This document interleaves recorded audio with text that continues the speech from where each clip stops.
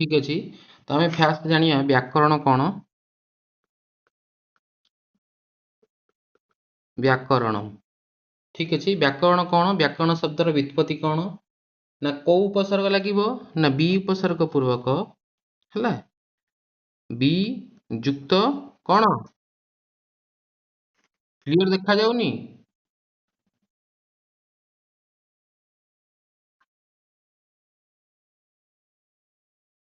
मैंने क्या भी देखा जाऊनी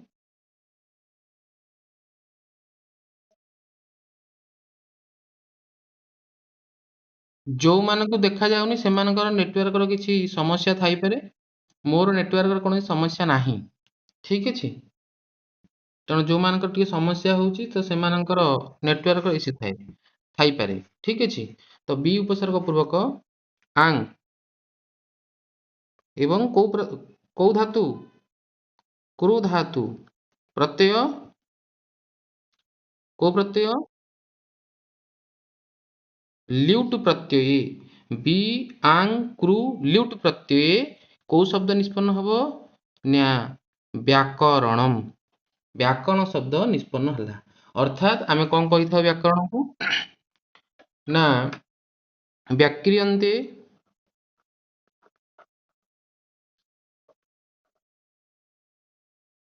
व्याक्रियन्ते व्युत्पाद्यन्ते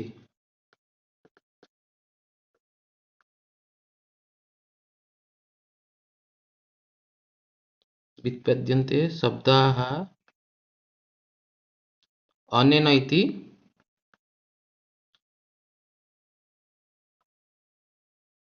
कौन व्याकरण व्याकरण ठीक अच्छे व्याक्रियन्ते व्युत्पाद्यन्ते शब्दाः अनेन इति व्याकरण जहाँ द्वारा आमे कौन ना शब्द मानकर विषय जानी थाउ ताकू तार व्युत्पत्ति को जानी थाउ तार अर्थ को जानी थाउ ठीक अर्थटा को बुझी थाउ हैला तेणु आको व्याकरण बोली कहा जाए मन रखि थाओ खाली मन रखिबार एटी गुरुत्वपूर्ण कथा होछि कोन तो ना व्याक्रियन्ते व्युत्पाद्यन्ते शब्दाः अनेन इति व्याकरण एटा मन रखिबो एवं व्याकरण शब्दर निष्पत्ति केमिति ହେଲା निष्पन्न केमिति ହେଲା ସେଇଟାକୁ ଟିକେ ମନେ ରଖିବାକୁ ପଡ଼ିବ ଠିକ ଅଛି ମହାଭାଷ୍ୟକାର ପତଞ୍ଜଳି ବ୍ୟାକରଣ ଶାସ୍ତ୍ରକୁ କଣ କହିଥାନ୍ତି ମୁଁ ସକାଳେ କହିଥିଲି ମଧ୍ୟ ମହାଭାଷ୍ୟକାର କଣ ମହାଭାଷ୍ୟକାର ଲେଖିଦବ ମୁଁ ଯେମିତି ଲେଖୁଛି ସେମିତି ଲେଖିବ ସକାଳେ ମୁଁ ପଢଉଥିଲି ସେମାନେ ଖାଲି ପ୍ରତ୍ୟାହାର ଗୁଡା ଲେଖି ଦେଇଛନ୍ତି 42ଟା ପ୍ରତ୍ୟାହାର ହିଁ ଲେଖି ଦେଇଛନ୍ତି ଆଉ କିଛି ଲେଖିଲେନି ମହାଭାଷ୍ୟକାର ମହାଭାଷ୍ୟକାର କହ ପତଞ୍ଜଳି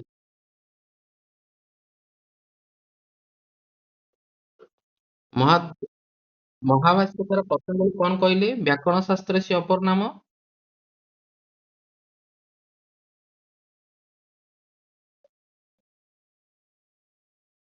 କାହାର ପାଟି ଶୁଣାଉଛି କାହାର ପାଟି ଶୁଣା ହଉଛି ବ୍ୟାକରଣ ଶାସ୍ତ୍ର ସେ ଅପର ନାମ ଶବ୍ଦ ଏଇଟା ମନେ ରଖିବ ଶବ୍ଦାନୁସାର ଏর ପରୀକ୍ଷାରେ ପଚାରି ଦିଏ ବହୁତ ସମୟ ଶାସନ ବ୍ୟାକରଣ ଶାସ୍ତ୍ରକୁ କଣ କୁହାଯାଏ ଶବ୍ଦାନୁଶାସନ ଆକୁ ଟିକେ ମନେ ରଖିବ ଏଇଟା ପରୀକ୍ଷାରେ ପଚାରିବ व्याकरण शास्त्रस्य अपर नाम किम ना व्याकरण शास्त्रस्य अपर नाम शब्दानुशासनम बा आकु आउ को शास्त्र कह जाए आमे कहि परिबा शब्द ज्ञान जनकम व्याकरणम कहिथिल ना शब्द ज्ञान कौन शब्द ज्ञान जनकम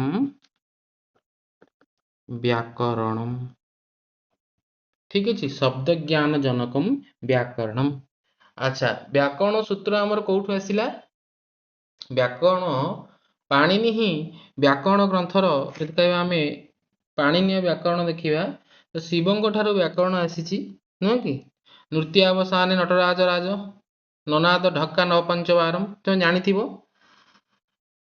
तो सेउठू एई चतुर्दश माहेश्वर सूत्र आसीची हला चतुर्दश माहेश्वराणी सूत्राणी कोठु आसीची शिवंक ठारू जानि पारछो ହ୍ୟାଲୋ, ଶୁଣୁଛ ନା? ଚତୁର୍ଦଶ ମାହେଶ୍ୱର ସୂତ୍ର ଶିବଙ୍କ ଠାରୁ ଆସିଛି। ତ ସେ ଚତୁର୍ଦଶ ମାହେଶ୍ୱର ସୂତ୍ରକୁ ମନେ ରଖିବାକୁ ପଡିବ। କଣ ମନେ ଅଛି କି ନା ନାହିଁ? ତଥାପି ମୁଁ ଲେଖି ଦଉଛି। କଣ କଣ ମାହେଶ୍ୱର ସୂତ୍ର? ମୁଁ ଲେଖି ଦଉଛି। ମୁଁ ଲେଖି ଦଉଛି।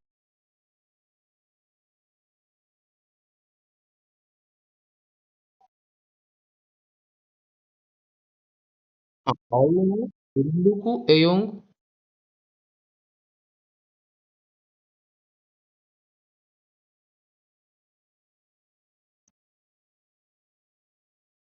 ହୁଁ, ଠିକ ଅଛି। ଅୟୁଣୁ ରୁଲୁକୁ ଏୟୋଂ ଅୟୌଜ।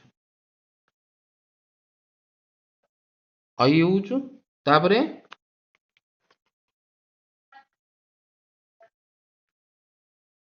ହୟାବରଟ। ତାପରେ ହୟାବରଟ ଲଣ। ତାପରେ ନ୍ୟ ନ ହଁ, ନ୍ୟ ମ ୱ ଣ ନମ୍ ନ୍ୟମ ଗଣନମ୍। ତାପରେ ନବଏ। ତାପରେ କହ। ଗଡ ଦଶ ନା ଗଢ ଦଶ? ହୁଁ, ଘଡ ଦଶ। ତାପରେ ଜବ ଗ ଡ ଦଶ। ତାପରେ ଖ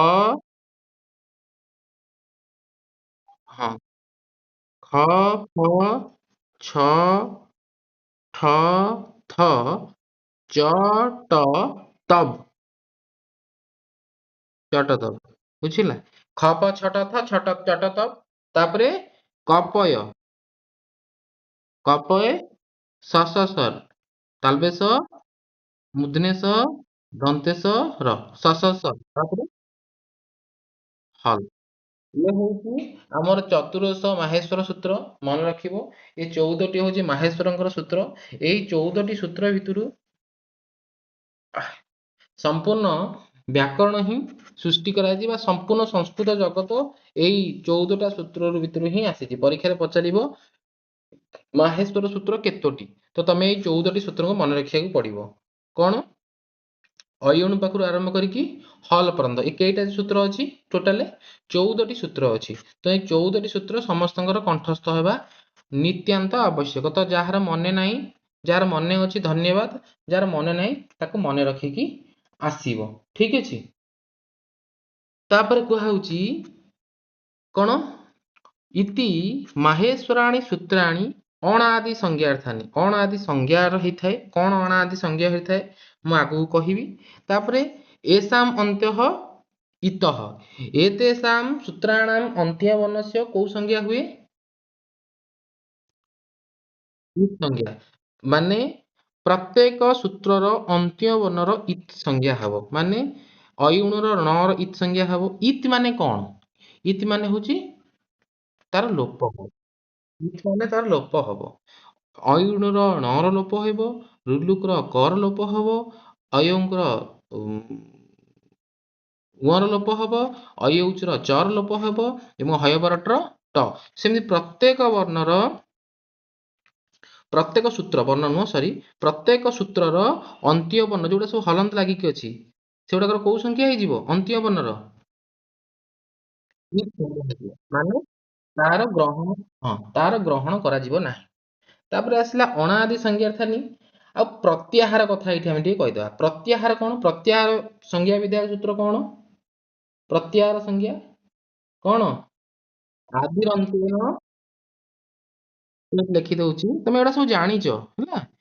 ଆଦି, ଜାଣିନ ଏଇ ସବୁ? ଜାଣିଛ ନା ଜାଣିନ? ହୁଁ। ଆଦିରନ୍ତେନ, ଆଦିରନ୍ତେନ ସଂହିତା। ଆଦିରନ୍ତେନ ସଂହିତା। ଏଇ ଆଦିରନ୍ତେନ ସଂହିତା ସୂତ୍ର ଦ୍ଵାରା ଆମର କଣ ହେଇଥାଏ ନା ପ୍ରତ୍ୟାହାର ସଂଜ୍ଞା ହେଇଥାଏ। ଏଠି ପ୍ରତ୍ୟାହାର ତିଆରି ପରୀକ୍ଷାରେ ପଚାରିବ ପ୍ରତ୍ୟାହାର ସଂଜ୍ଞା ବିଧାୟକ ସୂତ୍ର କଣ? ଆଦିରନ୍ତେନ ସଂହିତା। ତମକୁ ଏଇଆ ଲେଖିବାକୁ ପଡିବ। ପରୀକ୍ଷାରେ ଯଦି ପଚାରିବ, ପରୀକ୍ଷାରେ ତ ମେ ବି ପଚାରୁନି, ସଂଜ୍ଞା ପ୍ରକରଣ ହେରିକା ଇତ୍ୟାଦି ନାହିଁ, ହେଲେ ବି ମନେ ରଖିଥିବ ଆଦିରନ୍ତନ ସଂହିତା, ଏ ହଉଛି ସଂହିତା ସଂଜ୍ଞା ବିଧାୟକ ସୂତ୍ର। ଠିକ ଅଛି। ତ ପାଣିନିୟ ବ୍ୟାକରଣରେ ଅଲରେଡି ତମକୁ ଆଉ କିଛି ମୁଣ୍ଡ ଖଟେଇବାକୁ ପଡିବନି। 42ଟା ପ୍ରତ୍ୟାହାର ନିର୍ଦ୍ଧାରିତ କରାଯାଇ ସାରିଛି। କେମିତି ପ୍ରତ୍ୟାହାର ଗୁଡା ତିଆରି କରାଯାଏ? ଦେଖ, ମୁଁ ପ୍ରଥମେ ଗୋଟେ ପ୍ରତ୍ୟାହାର ତିଆରି କରୁଛି, ଅଣ ପ୍ରତ୍ୟାହାର। ଅଣ ପ୍ରତ୍ୟାହାର କହୁଛି, ଅଣ ପ୍ରତ୍ୟାହାର କହିଲେ ଏଇ ଅୟୁଣୁ ସୂତ୍ରର ଅ ପାଖରୁ ଆରମ୍ଭ କରି ଣ ପର୍ଯ୍ୟନ୍ତ। ଠିକ ଅଛି। ତ କୋଉ କୋଉ ବର୍ଣ୍ଣ ଯିବେ ଅଣ ପ୍ରତ୍ୟାହାର କହିବି, ମାନେ ତମେ କୋଉ ଅଣ ପ୍ରତ୍ୟାହାର ଅର୍ଥାତ ଅଣ ଭିତରେ ଯୋଉ ଯୋଉ ବର୍ଣ୍ଣ ରହୁଛନ୍ତି ସେଇମାନେ ଅଣ ପ୍ରତ୍ୟାହାର ଭିତରେ ଯାଉଛନ୍ତି। ଅର୍ଥାତ ମୁଁ ଅଣ କହିବି ମାନେ ତମେ ଏଇ ବର୍ଣ୍ଣ ମାନଙ୍କୁ ବୁଝିବ। ବୁଝିପାରୁଛ ନା? ବୁଝିପାରୁଛ କି? ତ ତ ଅଣ କହିଲେ ବର୍ତ୍ତମାନେ ମୁଁ ଅୟୁଣୁର ଅ କୁ ନେବି, ଅୟୁଣୁ ସୂତ୍ରର ଅ କୁ ନେଲି, ଅଣ ପ୍ରତ୍ୟାହାର ଅ ଯିବ ଏବଂ ଇ ଯିବ ଏବଂ ଉ ଯିବ।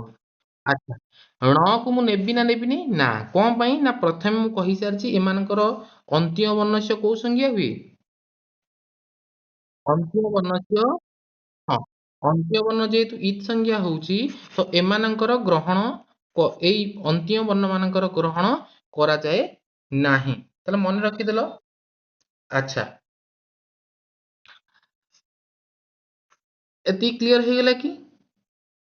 ଏତିକି କ୍ଲିୟର ହେଇଗଲା? ହଁ। ଆମେ ଜାଣିଲେ ଯେ ଇଏ ହଉଛି 14ଟି ମାହେଶ୍ଵର ସୂତ୍ର। ଏମାନଙ୍କର ଭିତରୁ ଏମାନଙ୍କର କୋଉ ସଂଜ୍ଞା ହେଇଥାଏ ନା ଏମାନଙ୍କର ଅନ୍ତିମ ବର୍ଣ୍ଣର ଇତ୍ ସଂଜ୍ଞା ହେଇଥାଏ। ଏଇ କଥା ଆମେ ଜାଣିଲେ। ଏବଂ ପ୍ରତ୍ୟାହାର କେମିତି ତିଆରି ହୁଏ ବୋଲି ମୁଁ କହିଲି ଯେ ଅଣ, ଅଣ କହିଲେ ଅ ୟୁ ଗଲା। ସେମିତି ଯଦି ମୁଁ ଅକ କହିବି, ଅକ, ଅକ କହିଲେ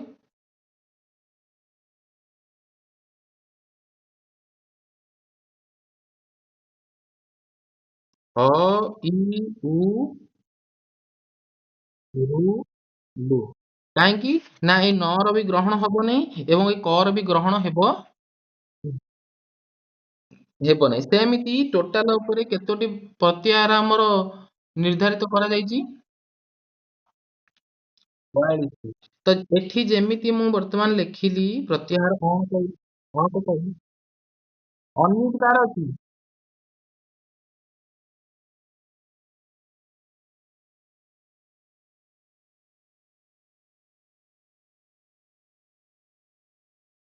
ଏ କୁଆଡେ କଣ ବୁଲୁଛନ୍ତି? ଆସିକି କ୍ଲାସରେ ଜଏନ ହେଇଯାଉଛନ୍ତି।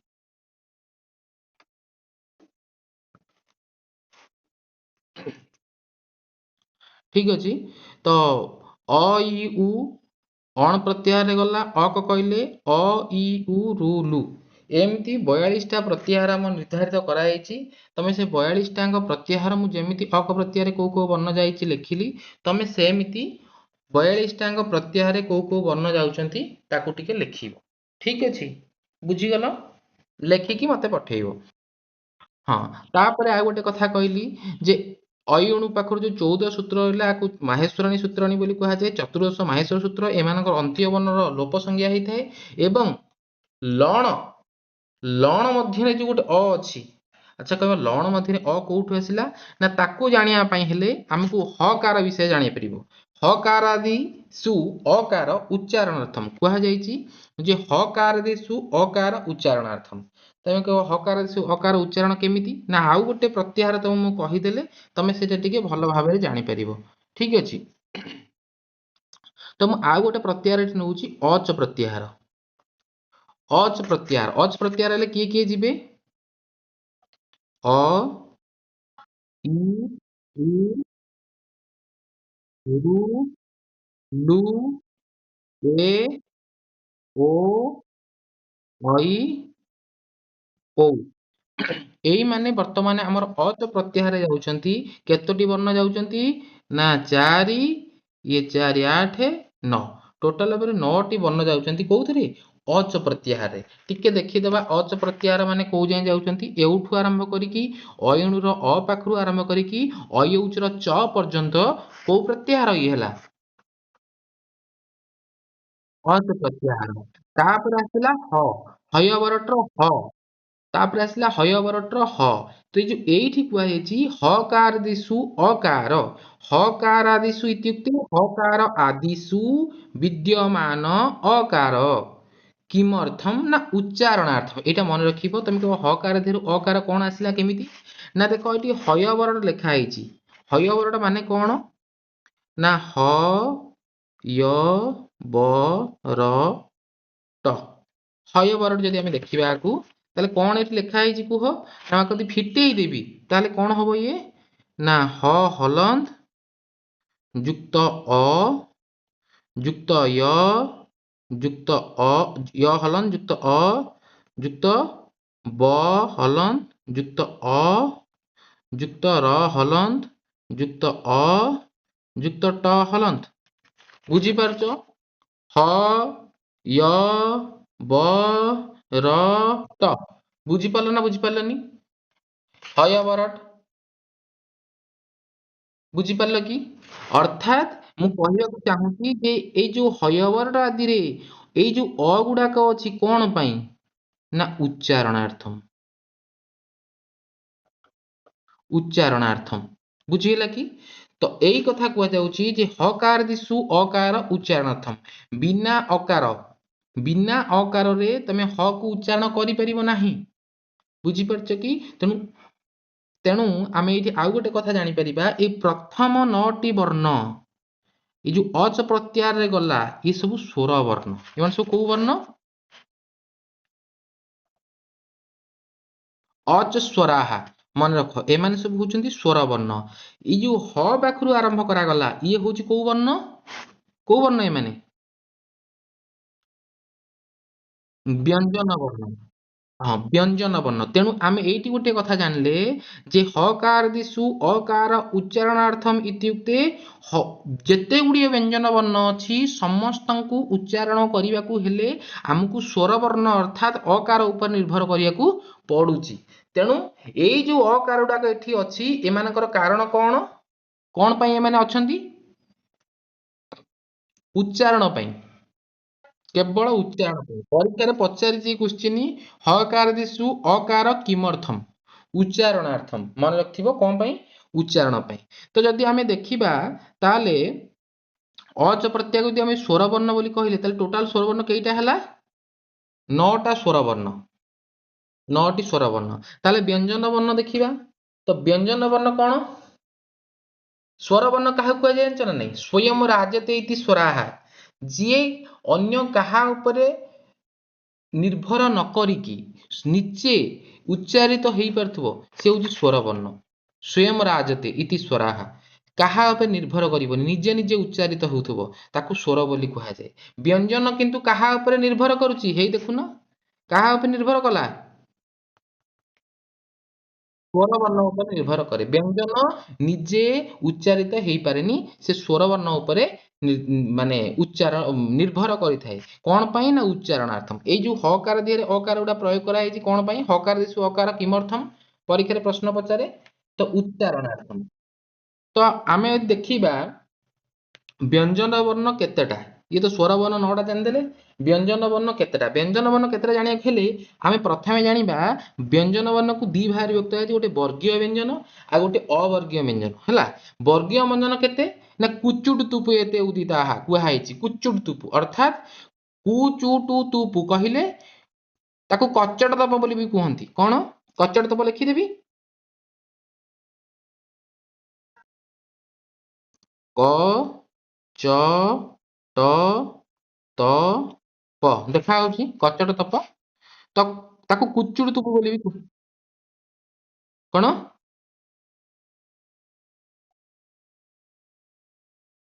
କତା ମୁଦା ଓ କତା ମୁଦା କଣ ଅଛି?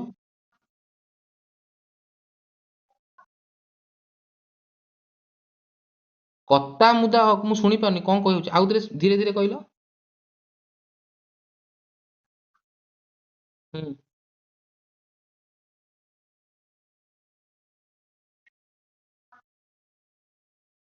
କତା ମୁଦ ଅ।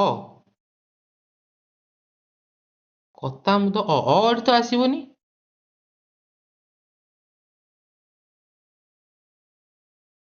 ଯେ ତୁ କଣ କହୁଛୁ ମତେ ଟିକେ ଲେଖିକି ପଠେଇବୁ, ଠିକ ଅଛି? ହଁ, କଣ ତୁ କଣ ଝିଅ ତୋ ନାଁଟି କଣ କହିଲୁ? ମତେ ଟିକେ ଲେଖିକି ପଠେଇବୁ, ଠିକ ଅଛି? କଣ କହୁଛୁ ମୁଁ ବୁଝିପାରୁନି ହଠାତ୍, ମତେ ଟିକେ ଲେଖିକି ପଠେଇବୁ। କ କୁଚୁଟୁ ତୁପୁ ଯୋଉ କୁହାଯାଏ କ ବର୍ଗ, ଚ ବର୍ଗ, ଟ ବର୍ଗ, ତ ବର୍ଗ ଏବଂ ପ ବର୍ଗ, ତ ଏଇ ବର୍ଗ ଦିହରେ ପାଞ୍ଚଟି ଲେଖାଏଁ ବର୍ଣ୍ଣ ଯାଇଥାନ୍ତି। ପ୍ରତ୍ୟେକ ବର୍ଗରେ ପାଞ୍ଚଟି ଲେଖାଏଁ ବର୍ଣ୍ଣ ଅଛନ୍ତି, ଠିକ ଅଛି? ତ ଫାଷ୍ଟ ଆମେ ନଜର କରିବା କ ବର୍ଗରେ କିଏ କିଏ ଯାଉଛନ୍ତି। କ ବର୍ଗ କହିଲେ କ ଆଦି ବର୍ଣ୍ଣ, କ, ଖ, ଗ, ଘ ଆଉ କିଏ? ମ। ଇଏ ହେଲା ପାଞ୍ଚଟି ବର୍ଣ୍ଣ। କ ବର୍ଗ କହିଲେ ଏଇ ପାଞ୍ଚଟି ବର୍ଣ୍ଣ ଯିବେ। ଚ ବର୍ଗ କହିଲେ କୁଚୁ, ଚ ବର୍ଗ କହିଲେ ଚ, ତାପରେ ଛ, ଜ, ଝ, ಞ। ସେମିତି କୁଚୁରୁ ଟ, ଟ କହିଲେ ଟ, ଠ, ଗ, ଢ, ତାପରେ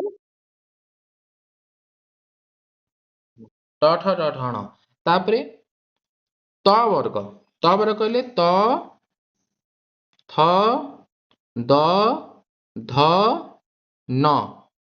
ସେମିତି ପ ବର୍ଗ କହିଲେ ପ, ଫ, ବ, ତାପରେ ହ୍ୟାଲୋ, ହ, ମ। ତ ଏଇ ଯୋଉ ବର୍ଗ, ଏଇଗୁଡା ସବୁ ବର୍ଗୀୟ ବ୍ୟଞ୍ଜନ ବୋଲି କୁହାଯାଏ। କ ପାଖରୁ ଆରମ୍ଭ କରିକି ମ ପର୍ଯ୍ୟନ୍ତ, ହେଲା। କ ପାଖରୁ ଆରମ୍ଭ କରିକି ମ ପର୍ଯ୍ୟନ୍ତ ଏମାନଙ୍କୁ କଣ କୁହାଯାଏ? ବର୍ଗୀୟ ବ୍ୟଞ୍ଜନ ବୋଲି ବୋଲି ବର୍ଣ୍ଣ ବୋଲି କୁହାଯାଏ, ବା ଆକୁ ସ୍ପର୍ଶ ବୋଧ ବର୍ଣ୍ଣ ବୋଲି ବି କୁହାଯାଏ। କା ଆଦି ଓ ମା ଅବସାନମ୍ କଣ? ସ୍ପର୍ଶାହା। ଆକୁ କୋଉ ବର୍ଣ୍ଣ ବୋଲି କୁହାଯାଏ? ସ୍ପର୍ଶ ବର୍ଣ୍ଣ। କଣ? ହ୍ୟାଲୋ। କ ପାଖରୁ ମ ପର୍ଯ୍ୟନ୍ତ କୋଉ ବର୍ଣ୍ଣ କୁହାଯାଏ ୟାକୁ? କା ଦେୟ ମା ଅବସାନମ୍। ହଁ, ଆକୁ ସ୍ପର୍ଶ ବୋଲି ଲେଖି ଦଉଛି ନହେଲେ ସ୍ପର୍ଶାହା। ବୁଝିପାରୁଛ? ଆକୁ ସ୍ପର୍ଶ ବର୍ଣ୍ଣ ବୋଲି କୁହାଯାଏ। କ ଠାରୁ ଆରମ୍ଭ କରିକି ମ ପର୍ଯ୍ୟନ୍ତ ଆକୁ ସ୍ପର୍ଶ ବର୍ଣ୍ଣ ବା ବର୍ଗୀୟ ବ୍ୟଞ୍ଜନ ବୋଲି କୁହାଯାଏ। ଆକୁ ସ୍ପୃଷ୍ଟ ବୋଲି କୁହାଯାଏ, ମୁଁ ଆଗକୁ କହିବି, ହେଲା। ସ୍ପୃଷ୍ଟ ଈଷତ୍ ପୃଷ୍ଟ ଯୋଉ ଅଛି ତାର, ମୁଁ ସେଟା ଆଗକୁ କହିବି, ହେଲା। ଯୋଉ ୟତ୍ନ, ମନେ ରଖିଲ। ହଁ, ଆଭ୍ୟନ୍ତର ବର୍ଣ୍ଣ। ହଁ, ତ ଇଏ ମନେ ରଖ, ଇଏ ହଉଛନ୍ତି ସ୍ପର୍ଶ ବର୍ଣ୍ଣ। କ ପାଖରୁ ଆରମ୍ଭ କରିକି ମ ପର୍ଯ୍ୟନ୍ତ ସ୍ପର୍ଶ ବର୍ଣ୍ଣ ବୋଲି କୁହାଯାଏ। ତାପରେ ଇଏ ହେଲା କେତେଟା ବର୍ଣ୍ଣ ଟୋଟାଲ? 25ଟି। ଇଏ ହେଲା 25ଟି ବର୍ଣ୍ଣ। ତାପରେ ଅନ୍ତସ୍ଥ ବର୍ଣ୍ଣ ଗୋଟେ ଅଛି। ଅନ୍ତସ୍ଥ ବର୍ଣ୍ଣ କିଏ?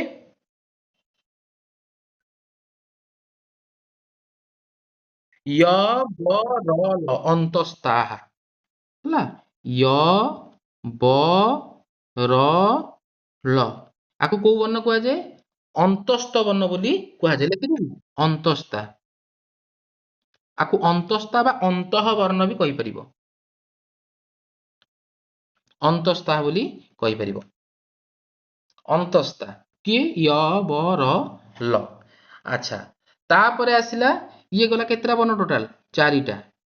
ତାପରେ ଆସିଲା ଉଷ୍ମ ବର୍ଣ୍ଣ। ଉଷ୍ମ ବର୍ଣ୍ଣ କିଏ? ଉଷ୍ମ, ଏ ଦେଖେ। ଉଷ୍ମ ବର୍ଣ୍ଣ କିଏ କିଏ? ନା ତାଲବେଶ, ମୁଧନେଶ, ଦନ୍ତେଶ, ହ। ଏ ଚାରୋଟି ହଉଛି କଣ? ଉଷ୍ମ ବର୍ଣ୍ଣ। ତ ଟୋଟାଲ ଉପରେ ଇଏ 4, ଇଏ 4, 8, ଇଏ ହେଲା 25। ଟୋଟାଲ ଉପରେ ତାହେଲେ ବ୍ୟଞ୍ଜନ ବର୍ଣ୍ଣ କେତେଟା ହେଲା? 33ଟା ବ୍ୟଞ୍ଜନ ବର୍ଣ୍ଣ।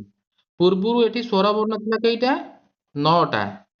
ତ 33 ମିଶାଣ 9, 42 ବର୍ଣ୍ଣ କୋଉଠି ଅଛି? ଏ- ଏଇ ସଂସ୍କୃତ ବ୍ୟାକରଣ। ଆମ ସଂସ୍କୃତିରେ 42ଟି ବର୍ଣ୍ଣ ଅଛି। ବୁଝିପାରୁଛ? ଏତିକି କ୍ଲିୟର ହେଇଗଲା? ଏତିକି କ୍ଲିୟର ହେଇଗଲା ତ? ଏତିକିରେ କାହାର କିଛି ଅସୁବିଧା ଅଛି କି ଆଉ? କାହାର କଣ ଅସୁବିଧା ଅଛି ଯଦି କୁହ?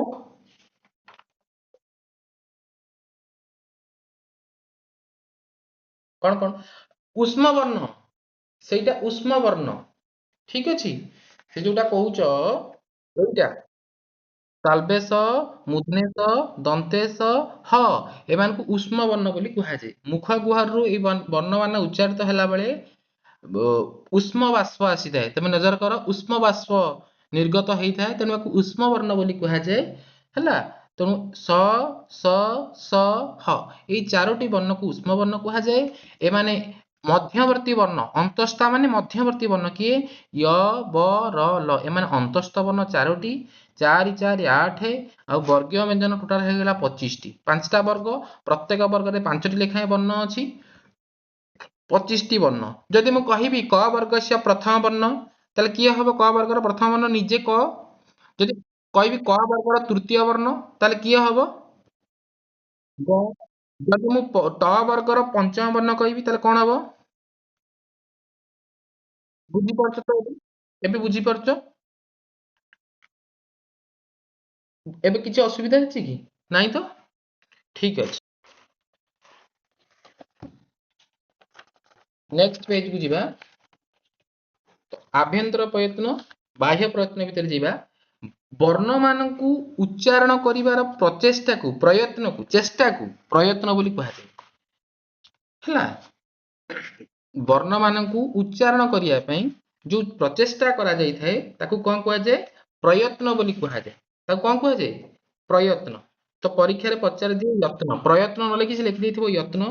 ଯତ୍ନ କତିଧା, ଯତ୍ନ କତିଧା, ଯତ୍ନ, ଯତ୍ନ ଦି ଭାଗରେ ବିଭକ୍ତ। କଣ?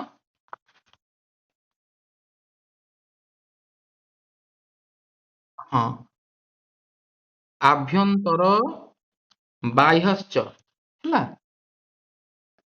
ବାହ୍ୟ, ଆଭ୍ୟନ୍ତର ପ୍ରୟତ୍ନ ଏବଂ ବାହ୍ୟ ପ୍ରୟତ୍ନ ଦୁଇ ଭାଗରେ ଏଇ ଯତ୍ନକୁ ବିଭକ୍ତ କରାହେଇଛି, ବା ପ୍ରୟତ୍ନ ବୋଲି ବି ତମେ କହିପାରିବ। ଯତ୍ନ ହଉ ବା ପ୍ରୟତ୍ନ ହଉ, ଦୁଇ ଭାଗରେ ବିଭକ୍ତ। ଯତ୍ନ ଦ୍ୱିଧା, ପରୀକ୍ଷାରେ ପଚାରିବ ଯତ୍ନ କତିଧା ନା ଯତ୍ନ ଦ୍ୱିଧା ଆଭ୍ୟନ୍ତର ବାହ୍ୟଶ୍ଚ। ଆଭ୍ୟନ୍ତର ପ୍ରୟତ୍ନ ଏବଂ ବାହ୍ୟ ପ୍ରୟତ୍ନ ଭାବରେ ଯତ୍ନକୁ ଦି ଭାଗରେ ବିଭକ୍ତ କରାଯାଇଛି। ତାହେଲେ ଠିକ ଅଛି, ଆଭ୍ୟନ୍ତର ପ୍ରୟତ୍ନ କେତେଟା? ଆଭ୍ୟନ୍ତର ପ୍ରୟତ୍ନ, ହଁ, ଚତୁର୍ଧା। ଆଉ ଆଭ୍ୟନ୍ତର ପ୍ରୟତ୍ନ ଚତୁର୍ଧା। ହେଲା, ଆଭ୍ୟନ୍ତର ପ୍ରୟତ୍ନ ଚତୁର୍ଧା କାହା ଅନୁସାରେ? ସିଦ୍ଧାନ୍ତ କୌମୁଦୀ। ହେଲା, ସିଦ୍ଧାନ୍ତ କୌମୁଦୀ ଅନୁସାରେ ତମେ ଦେଖିବ, ତାହେଲେ ଆଭ୍ୟନ୍ତର ପ୍ରୟତ୍ନ ଚାରିଟା। କିନ୍ତୁ ତମେ ଲଘୁ ସିଦ୍ଧାନ୍ତ କୌମୁଦୀ ଦେଖିବ, ତାହେଲେ କେତେଟା? ହଁ, ତାହେଲେ ଏଠି ଦେଖିବ 5ଟି। କାହା ଅନୁସାରେ? ଲଘୁ ସିଦ୍ଧାନ୍ତ। ଲଘୁ ସିଦ୍ଧାନ୍ତ କୌମୁଦୀ ଯଦି ଦେଖିବ, ତାହେଲେ ଆ ଅନୁସାରେ 5ଟା। କଣ କଣ ସେଇ ଚାରିଟା ବା କଣ କଣ ସେଇ 5ଟା ଟିକେ ଜାଣିବା। କଣ କଣ ସେ ଚାରିଟା? ଯତ୍ନ ଦ୍ୱିଧା, ଆଭ୍ୟନ୍ତର ପ୍ରୟତ୍ନ, ବାହ୍ୟ ପ୍ରୟତ୍ନ, ଆଭ୍ୟନ୍ତର ପ୍ରୟତ୍ନ ଚତୁର୍ଧା ବା ପଞ୍ଚଧା। କଣ କଣ ଚାରିଟା ବା 5ଟା? ଏକ ନମ୍ବରରେ କଣ?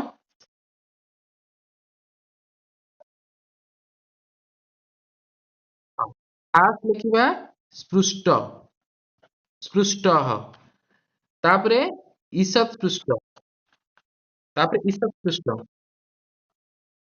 ଈଷତ୍, ହଁ, ଈଷତ୍ ସ୍ପୃଷ୍ଟ, ସ୍ପୃଷ୍ଟ, ଈଷତ୍ ସ୍ପୃଷ୍ଟ। ତାପରେ ବିବୃତ,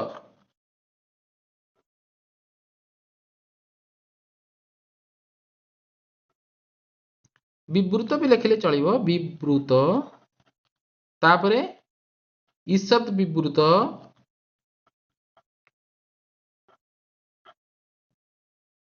ଈଷତ୍ ବିବୃତ। ତାପରେ ସମ୍ବୃତ। ଆଚ୍ଛା, ସିଦ୍ଧାନ୍ତ କୌମୁଦୀରେ କୋଉଟା ନାହିଁ?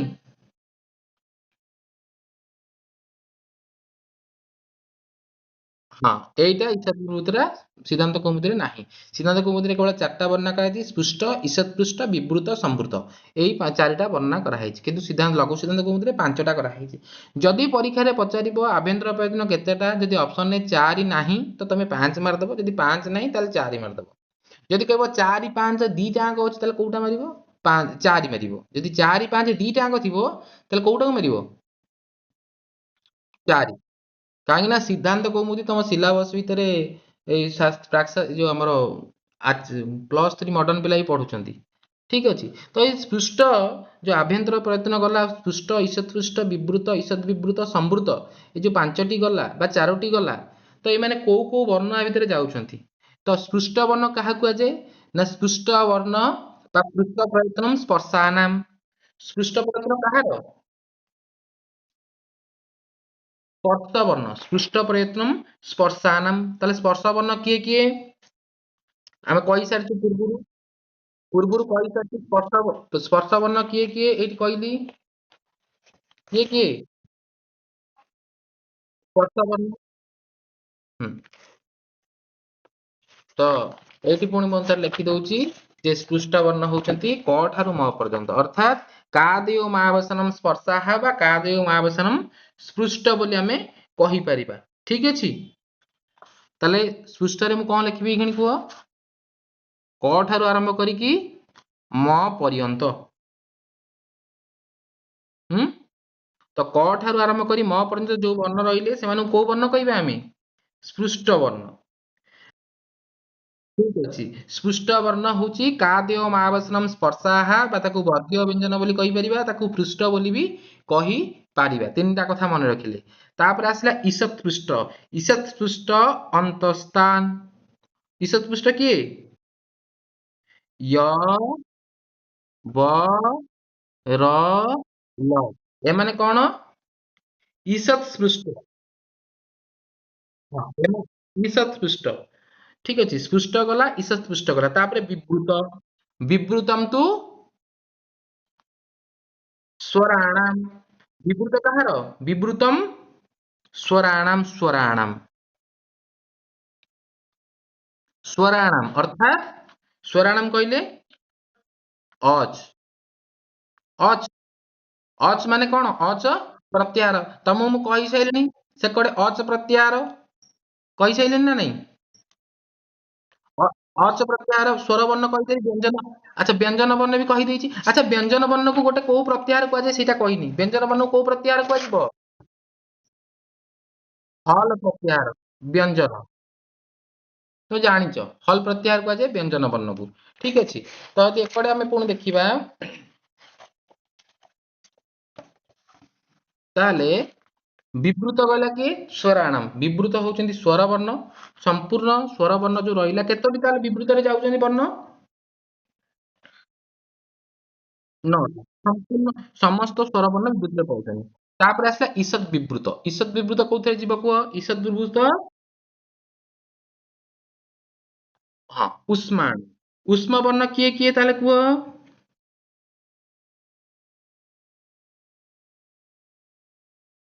ତାଲବେଶ, ମୂର୍ଧନେଶ, ଦନ୍ତେଶ, ହ। ଏମାନେ କୋଉଥିରେ ଯିବେ?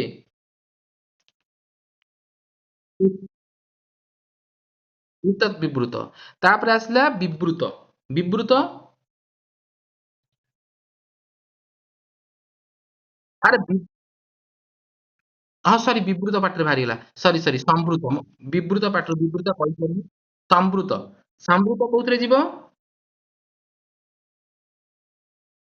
ହର୍ସ୍ୱ ଅ। ସେ ହର୍ସ୍ୱ ଅ ଯେ ସେ ହର୍ସ୍ୱ ଅ ଟା କେତେବେଳେ ଯିବ? କୁହ। ହଁ ପ୍ରକ୍ରିୟାଦାଶୟାମ୍ ତୁ ବିବୃତ ଅନ୍ୟତ୍ର ସମ୍ବୃତ। ଏଠି ଲେଖିଦଉଛି ଅ ଉଚ୍ଚାରଣ କାଳେ। ଉଚ୍ଚାରଣ କାଳେ ସମ୍ବୃତ ହେଲା। ଅନ୍ୟତ୍ର କଣ ହବ ସିଏ? ବିବୃତ। ଅନ୍ୟତ୍ର ବିବୃତ। ଅନ୍ୟତ୍ର ସେ କଣ ହବ? ବିବୃତ। କେବଳ ଉଚ୍ଚାରଣ ସମୟରେ ଇଏ ସମ୍ବୃତ, ଅନ୍ୟ ସବୁ ଜାଗାରେ ଇଏ ବିବୃତ। ଉଚ୍ଚାରଣ ସମୟରେ କେବଳ ଉଚ୍ଚାରଣାର୍ଥମ୍ ସମ୍ବୃତ ଓ ଅକାର ସମ୍ବୃତ, ଅନ୍ୟ ସବୁଆଡେ ବିବୃତ। ଏଇ କଥା ପାଣିନୀୟ ବ୍ୟାକରଣର ଅନ୍ତିମ ସୂତ୍ର କଣ? ତ ଅ କୁ ବି କୁହାଯାଇଛି। ହେଲା। ସେଇଠି କହିବାର ଅର୍ଥ ଗୋଟେ ବୁଝଉଛି ବିବୃତକୁ ଆଉ ଗୋଟେ ସମ୍ବୃତକୁ। ଉଚ୍ଚାରଣ ସମୟରେ ବା ଉଚ୍ଚାରଣ କାଳରେ ସମ୍ବୃତ, ଅନ୍ୟତ୍ର ବିବୃତ। ଅନ୍ୟତ୍ର ଇତ୍ୟୁକ୍ତେ ପ୍ରୟୋଗ ସମୟ, ଅନ୍ୟତ୍ର ଇତ୍ୟୁକ୍ତେ ପ୍ରୟୋଗ ସମୟ। ତମେ ଯୋଉ ତାକୁ ପ୍ରୟୋଗ କରିବ କଣ ପ୍ରକ୍ରିୟାରେ, ପ୍ରକ୍ରିୟା ଦର୍ଶାୟନ୍ତୁ ବିବୃତ, ଅନ୍ୟତ୍ର ସମ୍ବୃତ। ଠିକ ଅଛି। ତାହେଲେ କୋଉ କୋଉ ବର୍ଣ୍ଣ ପଳେଇଲା ଏଇ ଆଭ୍ୟନ୍ତର ପ୍ରୟତ୍ନରେ ଜାଣିପାରିଲ। ତାପରେ ବାହ୍ୟ ପ୍ରୟତ୍ନ ଦେଖିବା। ବାହ୍ୟ ପ୍ରୟତ୍ନ ସେଠି ନ ଲେଖି ଏଠି ଲେଖୁଛି। ବାହ୍ୟ ପ୍ରୟତ୍ନ କେତେଟା?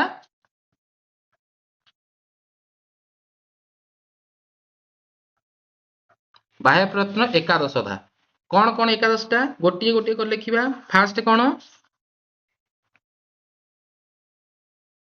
ବିବାରହ। ବିବାର କିଏ ଗୋଟେ ବିକାଳ କହିଲାଣି। ବିବାରହ। ତାପରେ ବିବାର ପରେ ସମ୍ବାର। ଭୁଲି ଯାଉଛ କି? ବିବାର, ସମ୍ବାରହ, ତାପରେ ବାସହ, ତାପରେ ନାଦ, ତାପରେ ଘୋଷଃ, ତାପରେ ଅଘୋଷଃ, ତାପରେ ଅଳ୍ପ ପ୍ରାଣଃ, ତାପରେ ମହାପ୍ରାଣଃ। ଅଳ୍ପ ପ୍ରାଣ, ମହାପ୍ରାଣ, ତାପରେ ଉଦାତ, ଉଦାତ, ଅନୁଦାତ, ଅନୁଦାତ, ତାପରେ ସ୍ୱରିତ। ଠିକ ଅଛି। ଇଏ ହଉଛି ଟୋଟାଲ ଉପରେ 11ଟା। 1 11। ଠିକ ଅଛି। ଟୋଟାଲ ଉପରେ ଇଏ ହଉଛି 11ଟା ବାହ୍ୟ ପ୍ରୟତ୍ନ। ଏ ଭିତରେ କୋଉ କୋଉ ବର୍ଣ୍ଣ ଯାଉଛନ୍ତି ତାକୁ ଜାଣିବା। ବିବାର, ବିବାରରେ କିଏ କିଏ ଯାଉଛନ୍ତି କୁହ? ବର୍ଗାଣାମ। ବିବାର କେତେ? ବର୍ଗାଣାମ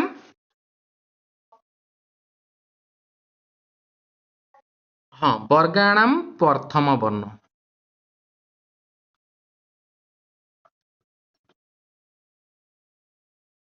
ପ୍ରଥମ ଦ୍ଵିତୀୟ ବର୍ଣ୍ଣରେ ଯାଉଛନ୍ତି ବିବାର।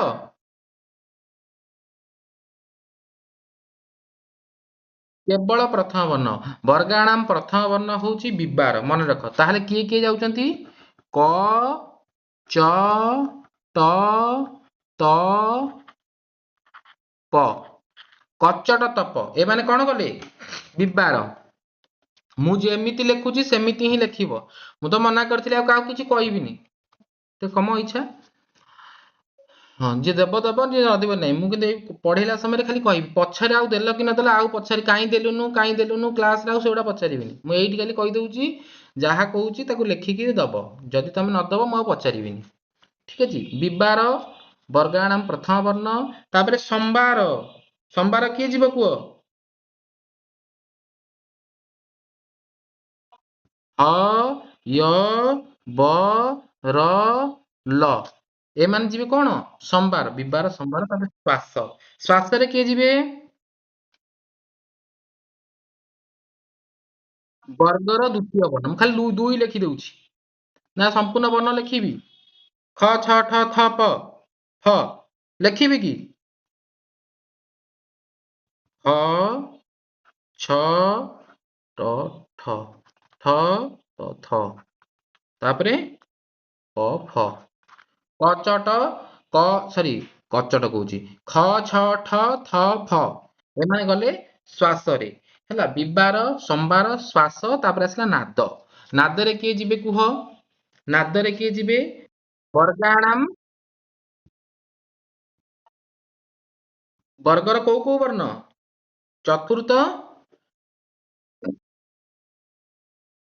ଚତୁର୍ଥ, ପଞ୍ଚମ ବର୍ଣ୍ଣ ଆଉ ଲେଖୁନାହିଁ ତ ତମେ ଜାଣିପାରୁଥିବ। ଯଦି ମୁଁ ଚତୁର୍ଥ ବର୍ଣ୍ଣ କହିବି କିଏ? ନା କଣ ହବ? ଘ, ଝ, ଭ, ଘ, ଡ଼, ଦ ଏବଂ ନିୟମ ଗଣନ। ହଁ, ଚତୁର୍ଥ ପଞ୍ଚମ ବର୍ଣ୍ଣ କହିବା ଯଦି ତାହେଲେ କ ବର୍ଗର ଚତୁର୍ଥ ପଞ୍ଚମ ବର୍ଣ୍ଣ ଯିବ। ତାହେଲେ କ ବର୍ଗ ଚତୁର୍ଥ ପଞ୍ଚମ ବର୍ଣ୍ଣ କିଏ? ନା କ ଖ ଗ ପରେ କିଏ ଘ ଘ ଯିବ ଘ। ସେମିତି च ବର୍ଗର କିଏ ହେଲା ଚତୁର୍ଥ ବର୍ଣ୍ଣ ଝ। ବୁଝିପାରୁଛ କି? ତ ପ୍ରତ୍ୟେକ ବର୍ଗର ଅର୍ଥାତ୍ ପାଞ୍ଚଟି ଯୋଉ ବର୍ଗ ଆମର ଅଛି କୁଚୁଡୁ ତୁପୁ ସେଇ ଯୋଉ କଚାଡ ତପ ଯୋଉ ଅଛି ପାଞ୍ଚଟି ବର୍ଗ, ସେଇ ବର୍ଗ ମାନଙ୍କର ଚତୁର୍ଥ ବର୍ଣ୍ଣ ଏବଂ ପଞ୍ଚମ ବର୍ଣ୍ଣ କୋଉଥିରେ ଯିବେ? ନାଦରେ। ତାପରେ ଆସିଲା ଘୋଷ। ଘୋଷ ଯିବ କେତେ ନମ୍ବର ବର୍ଣ୍ଣ? ବର୍ଗାଣାମ ବର୍ଗାଣାମ ତୃତୀୟ ବର୍ଣ୍ଣ ଘୋଷ। ତାପରେ ଆସିଲା ଅଘୋଷ। ଅଘୋଷରେ କିଏ ଯିବ? ସ ସ ସ ହ। ଏମାନେ କୋଉଥିରେ ଯିବେ? ଅଘୋଷ। ଅଘୋଷରେ ଗଲେ। ତାପରେ ଆସିବା ଅଳ୍ପ ପ୍ରାଣ। ଅଳ୍ପ ପ୍ରାଣ କିଏ? ମନେ ରଖ ଅଳ୍ପ ପ୍ରାଣ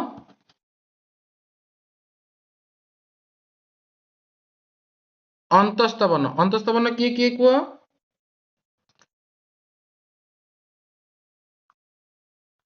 ନା ଏଇମାନେ ଯିବେ। ତ ଅଳ୍ପ ପ୍ରାଣ କହିଲେ ବର୍ଗାଣାମ ପ୍ରଥମ ବର୍ଣ୍ଣ, ତୃତୀୟ ବର୍ଣ୍ଣ, ପଞ୍ଚମ ବର୍ଣ୍ଣ ଏବଂ ଅନ୍ତସ୍ଥ ବର୍ଣ୍ଣ। ସେମିତି ମହାପ୍ରାଣ କହିଲେ ଏଠି 1 3 5 ପଳେଇଲା, ତାହେଲେ ମହାପ୍ରାଣରେ ବାକି ରହିଲା କିଏ ଆଉ? 2 ଆଉ ଉଷ୍ମ ବର୍ଣ୍ଣ। ପୁଷ୍ପ ବର୍ଣ୍ଣ କିଏ କିଏ?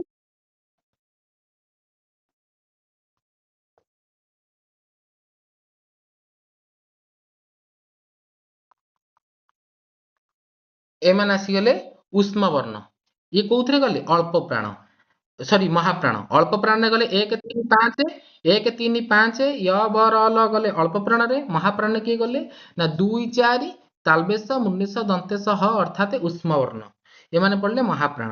ଉଦାତ୍ତ ଅନୁଦାତ୍ତ ସ୍ୱରିତ। ଉଦାତ୍ତ ଅନୁଦାତ୍ତ ସ୍ୱରିତରେ କିଏ ଯିବେ? ନା ଉଚେଇ କଣ ହବ? ଉଚେଇ ହଁ ହଁ ଲେଖିଦେବା। ଲେଖିଦେବି ଉଚେଇ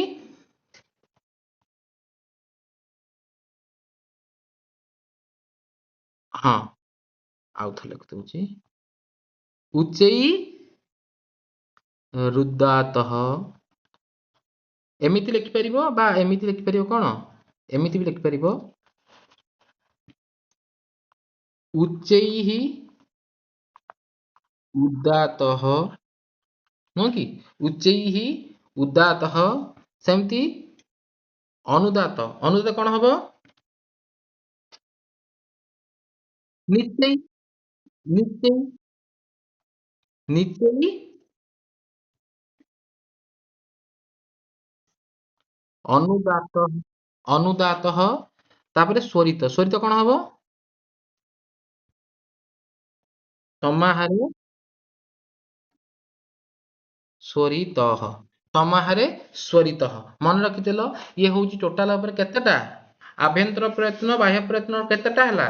ଆଭ୍ୟନ୍ତର ପ୍ରୟତ୍ନ ପାଞ୍ଚଟା ବା ଚାରିଟା। ବାହ୍ୟ ପ୍ରୟତ୍ନ ବୁଝି ହଉଛି ନା? ଏତିକି କ୍ଲିୟର ହେଇଗଲା ନା କିଛି ଅସୁବିଧା ଅଛି? ହଁ ଠିକ ଅଛି ନେକ୍ସଟ ପେଜକୁ ଯିବା। ଆଚ୍ଛା ବର୍ଣ୍ଣ ମାନଙ୍କର ଉଚ୍ଚାରଣ ସ୍ଥାନ ଟିକେ ଦେଖିବା। ଏଇ ଯୋଉ ବର୍ଣ୍ଣ ଗୁଡାକ ରହିଲେ ଏମାନଙ୍କର ସବୁ ଉଚ୍ଚାରଣ ସ୍ଥାନ ଅଛି। ଏଇଗୁଡାକ ଆମ ସିଲାବସ ରେ ନାହିଁ। ବର୍ଣ୍ଣ ପ୍ରକରଣ ହଉ ବା ସଂଜ୍ଞା ପ୍ରକରଣ ହଉ ସିଲାବସ ରେ ନାହିଁ। ହେଲେ ବି ଆକୁ ଟିକେ ଆମକୁ ନଜର କରିବାକୁ ପଡିବ। ବୁଝିପାରୁଛ ନା ନାଇଁ? ହ୍ୟାଲୋ।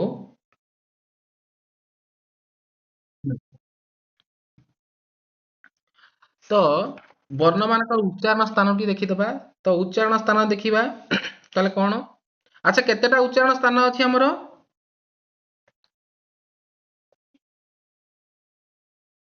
ଏଇଟା କୋଉଠି କୁହାଯାଇଛି?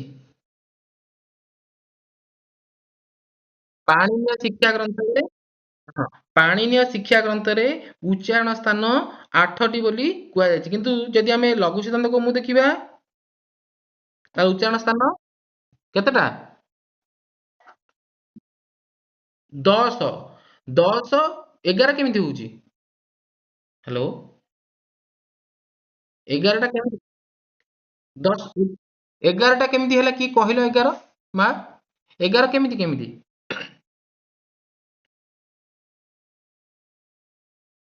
ନାଇଁ, 10ଟି। କଣ କଣ ମୁଁ 10ଟି କହୁଛି ତମେ ଟିକେ ଦେଖ। ଫାଷ୍ଟ, ଅକୁହ ବିସର୍ଜନ ନାମ କଣ୍ଠ। କଣ୍ଠ ସ୍ଥାନରେ କୋଉ କୋଉ ବର୍ଣ୍ଣ ଉଚ୍ଚାରଣ ହଉଛନ୍ତି? ନା ଅକୁହ ବିସର୍ଜନ ନାମ ଲେଖି ଦଉଛି।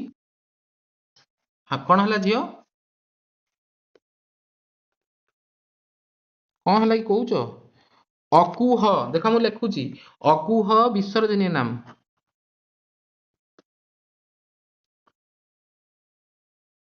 ଅକୁହ ବିସର୍ଜନୀୟ ନାମ କଣ? କଣ୍ଠ।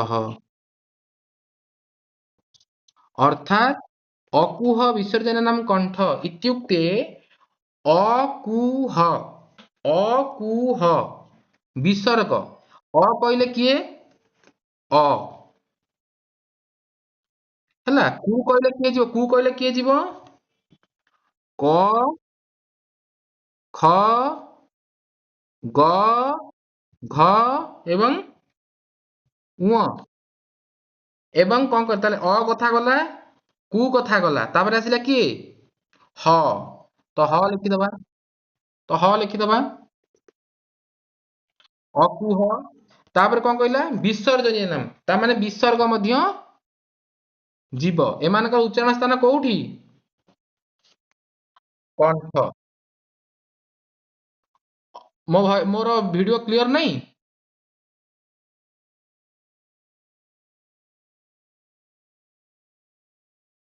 ଏବେ କ୍ଲିୟର ନାହିଁ?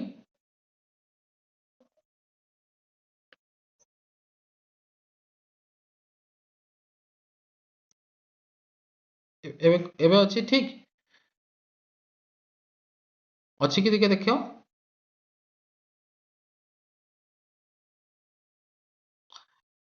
ଏଇଟା କ୍ୟାମେରା ଅନ୍ କଲେ ସ୍କ୍ରିନ୍ ସେୟାର କରିବାକୁ ପଡିବ ଝିଅ। ଏବେ ଠିକ ନାହିଁ? ନେଟୱାର୍କ ତ ଫୁଲ ଅଛି, ଠିକ ନାହିଁ ଏବେ?